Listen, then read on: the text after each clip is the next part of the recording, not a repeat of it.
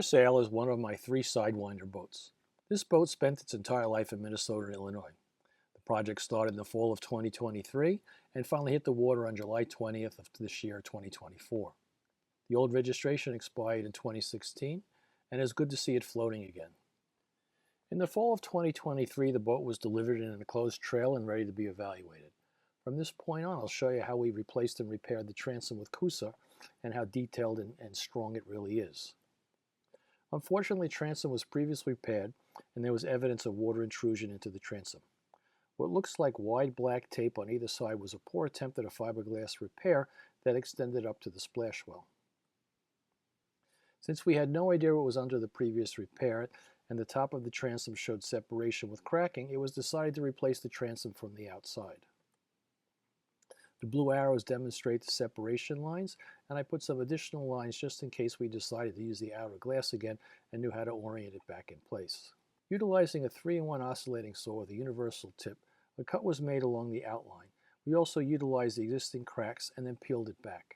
Done so far, here's my good friend and lifelong friend Peter, is we made that line and we cut, and 3/4 of where we made the cut through the gel coat was just mush. So Peter's going to pull on that, and just to show you how loose it is and how it just literally pulls apart from the transom. And you can see the garbage.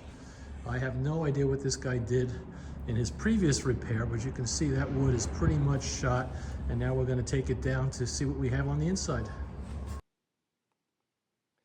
The original transom was removed in large chunks and then scraped away. All right, go for it, Peter. Just show them how weak this is. We're going to try to preserve some of the inner gel coat on the splash well, so we have that as a background to put the Coosa Board. But this is so much easier than doing it from the inside. And there's the 2x4. I see the 2x4, Peter, right there. That's the 2x4 we're trying to preserve. Right here. That's the 2x4 that we're going to use as our background. And that's all. That should be open. And we just kept digging until the old rotten wood was removed. Weak that is over there. That looks like fresh plywood, but it's just soft. You can't leave it. Yeah, just can't leave it. It's just going to destroy the boat. So we'll take all of that. We'll put all new fresh Coosa wood. In a perfect world, we'd like to keep the original lip to the splash well and then create a track for the new Coosa board to sit in. An electric chainsaw was used to remove all the rotten wood and then to also create the track for the trench that we're going to place the Coosa board into.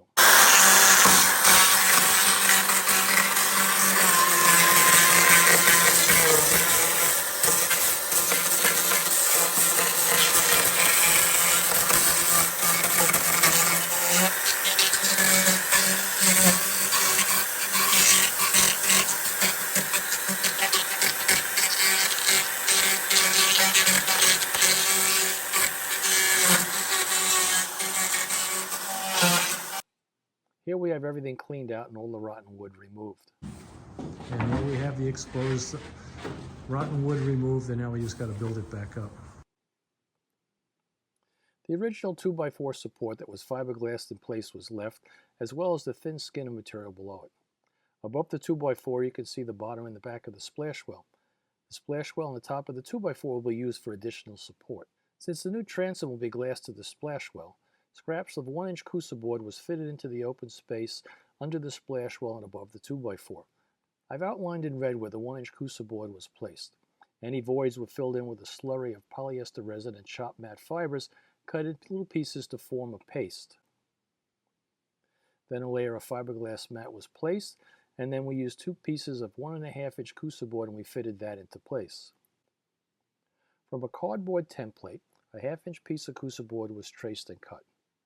Then a section was cut to form a triangle away from the center area.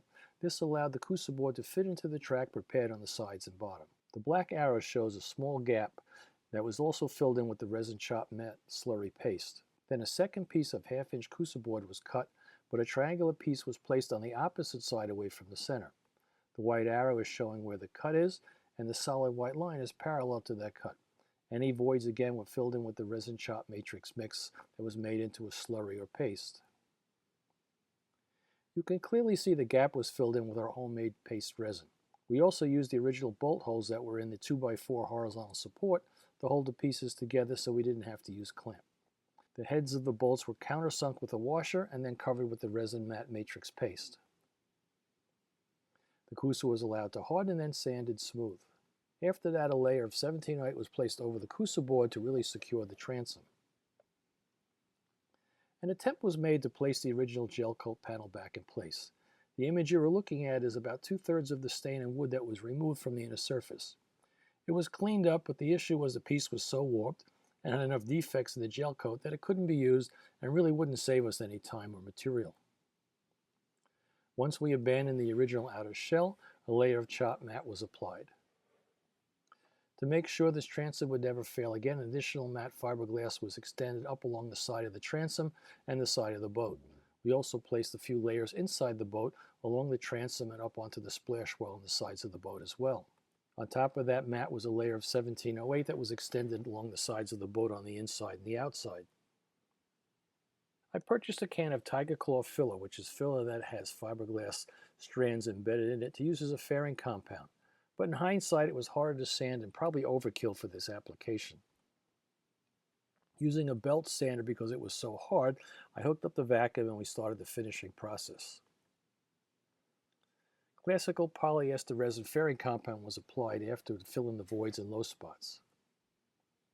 With a lot of elbow grease and a long board with 80 grit paper, it was finally flattened out. It ended up taking 3 layers of fairing compound to get it perfectly flat. I don't think the rest of the boat is this smooth or flat. Once flat, a round 6-inch sander was used to remove the defect.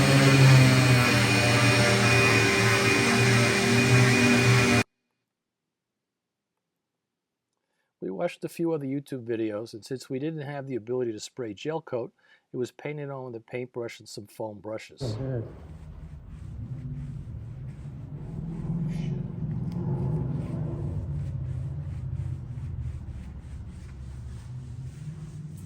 I've got to do this corner over here. After 3 applications of gel coat were applied, the first 2 were applied without wax and the final coat with wax. Once it set, it was sanded with a series of paper to 600 and then cutting compound to get a really smooth polished finish.